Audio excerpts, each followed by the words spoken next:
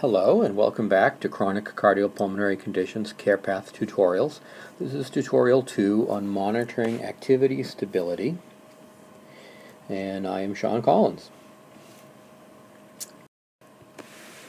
Just to keep things focused, we are on number 2 of the 7 tutorials, and activity stability is slightly different than resting stability. There are some common features. The first thing I want to talk about is the fact that I will be using the word activity and function pretty synonymously during the tutorials. So I'll be using them interchangeably. I will, if I mean for them to be different, then I will specify and explicitly say that how I intend for them to be different. Basically, activity stability, we're talking about meeting the demands of activity. Let's just say activity demands with homeostasis.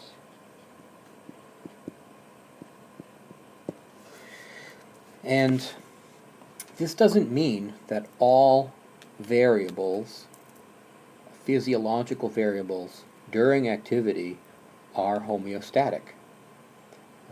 Essentially, we have some variables during activity that change, and if we really look at them physiologically, they're changing in order that other variables don't change. So we have some homeostatic variables, and then we have what are called allostatic variables.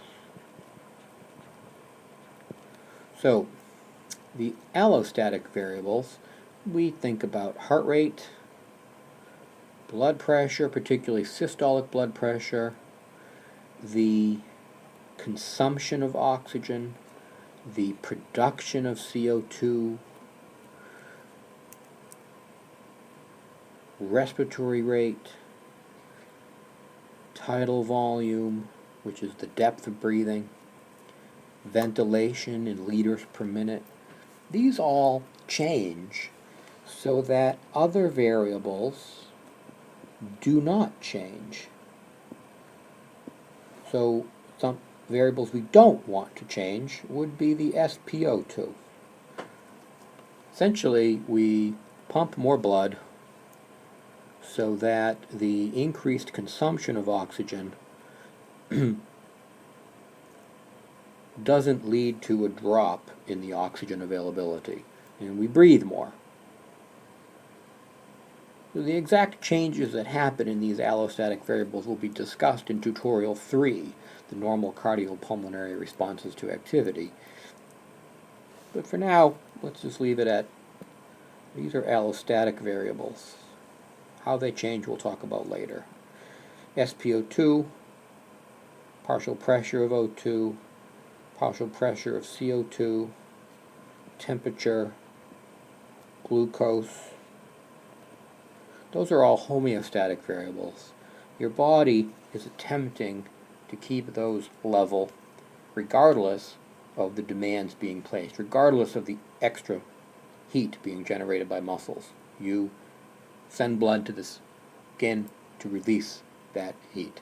Regardless of the amount of oxygen being taken up by the muscles, you consume more oxygen to keep SpO2 in the blood, PO2 in the blood stable. Regardless of how much CO2 is leaving the muscles and going into the blood, your body exhales more CO2 so that this stays stable. So that's the homeostatic side, and this is the allostatic side. Activity tolerance is really the best approach for identifying early instability. It's a challenge to the system that allows us to identify early signs of instability, and that's something that will come up for the rest of the tutorials. And activity stability monitoring is the only opportunity to determine what is limiting a patient during activity. That seems pretty, that's a pretty obvious statement. Just to put things in context, in our overall algorithm, we're really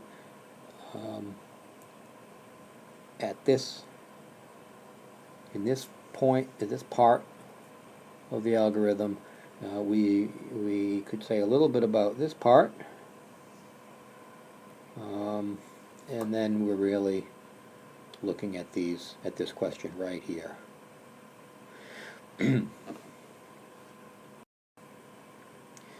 So what we can say about this top piece is that this pathway is really about individuals who have function limited due to reduced endurance.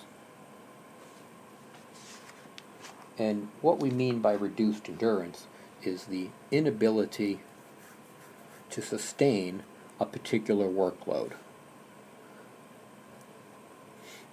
So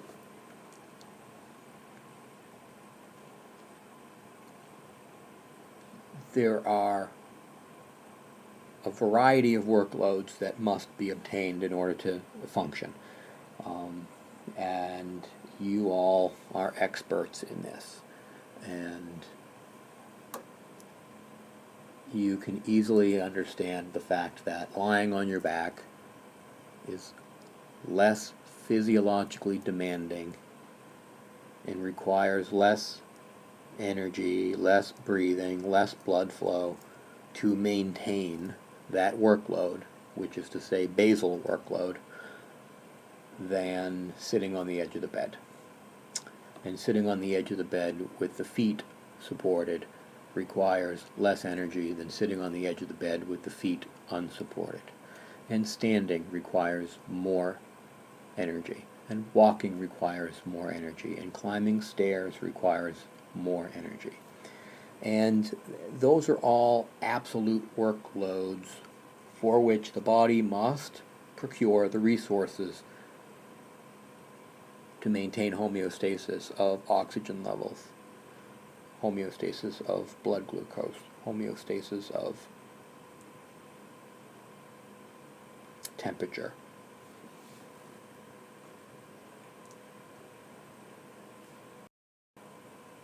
Why activity?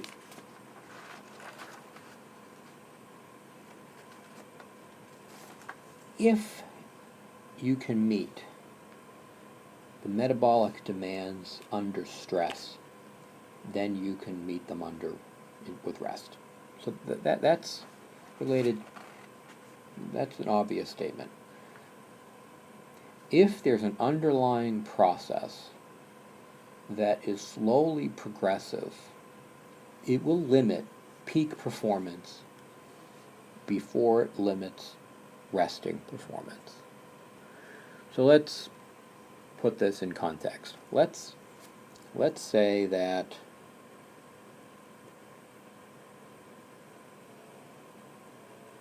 someone's maximal cardiac output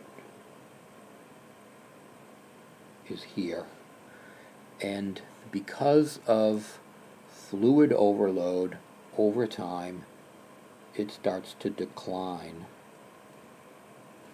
It will eventually get to a point where that cardiac output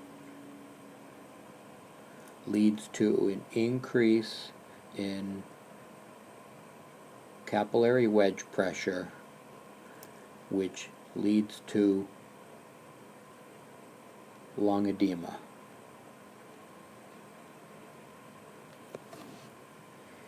And when this happens at rest, the person is essentially going into heart failure. They're going to have pulmonary crackles, and they're not going to be able to, it's sort of when their symptoms are going to start to get bad enough that they probably will call someone. Along the process, they'll probably start to gain weight, they'll probably start to get some peripheral edema, there'll be other symptoms and signs that will probably show up. But the earlier This symptoms and signs will show up here when the activity demands get there. So someone who's exercising every day at a certain workload increases the threshold that they're going to notice the symptoms. So this is the person at rest, this is the person during exercise. If they're exercising, it's an opportunity to assess them and see whether or not they're on the trajectory in getting worse. So if they could tolerate that level of exercise because their cardiac output capacity was higher than that, then suddenly they can't tolerate it. It might be an indicator, prior to the resting indicator, that this individual is having a hard time. This concept is extremely basic. It's why we do cardiac stress testing. Before somebody's myocardium and cardiac blood supply is bad enough to restrict flow at rest, it tends to lower their maximal cardiac capacity. And so we try to test their maximum cardiac capacity. Another reason we test during activity is that its activity is necessary for long-term stability. So another way to say this is that long-term stability necessitates the ability to be active. So function is necessary for getting drinks and for getting food. And getting drinks and getting food are necessary for long-term stability. Earlier in tutorial 1, I mentioned how stability can be, we can ask, how long would this person be stable? Well, if they're not able to be physically active, then they wouldn't be stable any longer than what their nutrients would allow and what their blood volumes would allow. A final reason is that activity allows us to determine, to make inferences about the possible causes that are limiting endurance during our examination process. So there are reasons for someone's maximal capacity.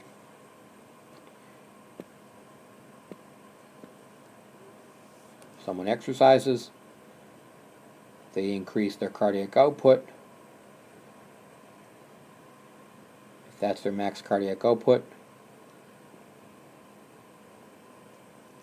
that'll be the end point, unless something happens to stop them before they get there, or even earlier. Depending on the signs and symptoms at these earlier points in time, we may be able to figure out what is the cause for the reduction in capacity. Activity parameters that are important. Mode is merely what they're doing. For a lot of you, this is going to include seated exercise. This is going to include sit to stand. This is going to include standing exercise, walking, and stair climbing. Intensity. There are two ways to think about intensity: absolute intensity and relative intensity. Absolute intensity refers to the workload. Relative intensity refers to the individual's response.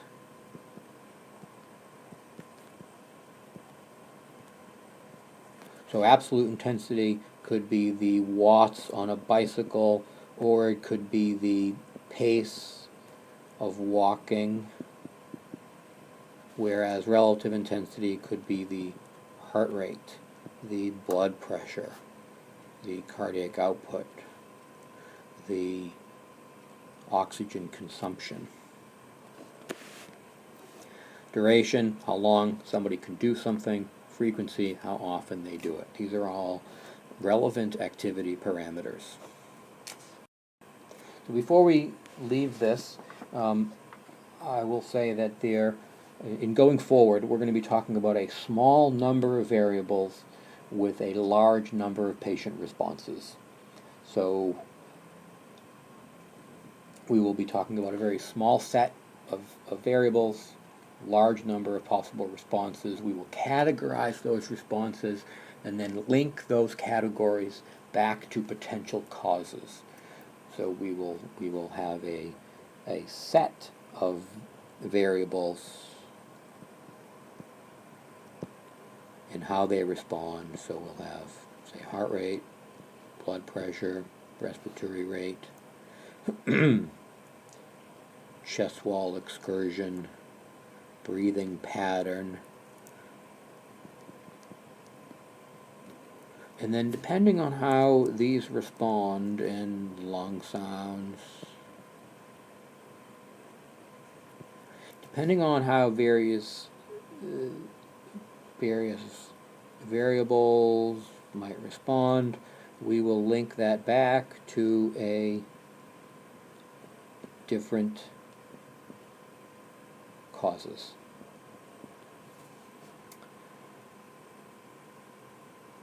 But what's important to know first are the expected responses of heart rate, blood pressure, respiratory rate, chest wall excursion, breathing patterns, lung sounds, all the variables that we're going to consider. And that's what the next tutorial is going to be about, the normal cardiopulmonary response to activity.